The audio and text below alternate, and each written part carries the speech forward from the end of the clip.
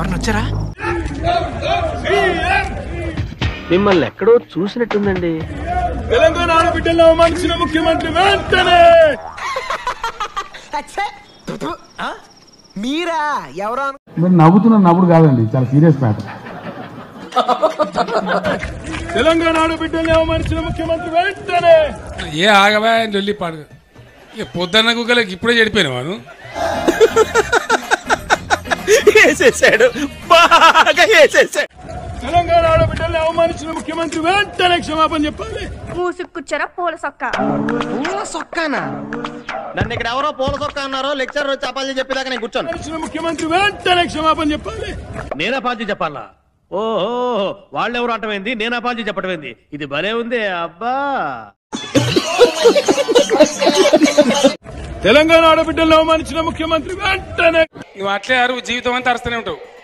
చెప్పేది తిని కదా, ఇంటి వినాలి కదా, బుర్ర ఉండాలి కదా. ఈ శక్తి చాలా, ఇంకా కొంచెం కావాలా? ఈ శక్తి చాలా, ఇంకా కొంచెం కావాలా? ఈ ఐటమ్ ని కాయ కచోరే లాకంటారు బాబు. దీన్ని జర జాగ్రత్తగా అప్లై చేయాలి, లేకుంటే టకాయర్లో కన్వర్ట్ అయ్యే ప్రమాదం ఉంది. చెప్పు. ఈ శక్తి చాలా, ఇంకా కొంచెం కావాలా? ఈ శక్తి చాలా. రే రే రే రే, ఏంట్రా ఇది? గేమ్ బాగుందా?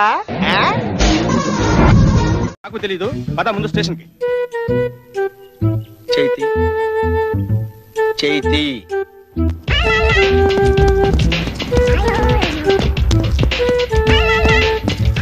ఆడవాడు మోపైన హరిట్లా నాకే.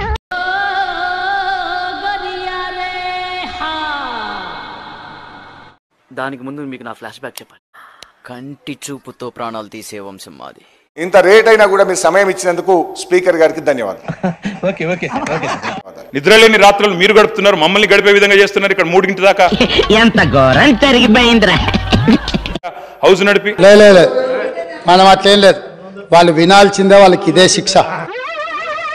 ఏంటి బాబన్న ఇంకోసారి? మనం అట్లేం లేదు, వాళ్ళు వినాల్సిందే, వాళ్ళకి ఇదే శిక్ష. కరెక్టే కదమ్మా.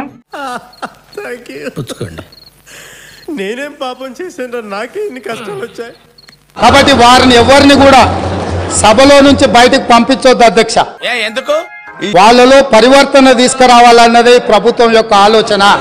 నేను మరీ అంత ఎదవలా కనపడుతున్నారా? ఓ మాదిరిగా కూడా కనపడలేదా? మాకేం అభ్యంతరం లేదు అధ్యక్ష.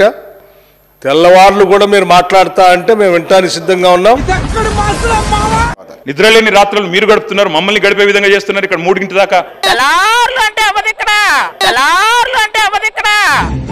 బాబు లేవు. బాబు సరే పడుకో, ఏముందిలే ఇంకా పడుకో. సమాధానం చెప్పడానికి కూడా సిద్ధంగా ఉన్నాం, ఏం ఇబ్బంది లేదు. పెద్ద మనసు చేసుకొని అక్కలు ఇక్కడ ఉన్నారు. ఇవాళ నిరుద్యోగ యువకులు మీ తమ్ముళ్ళు, మీ పిల్లలు.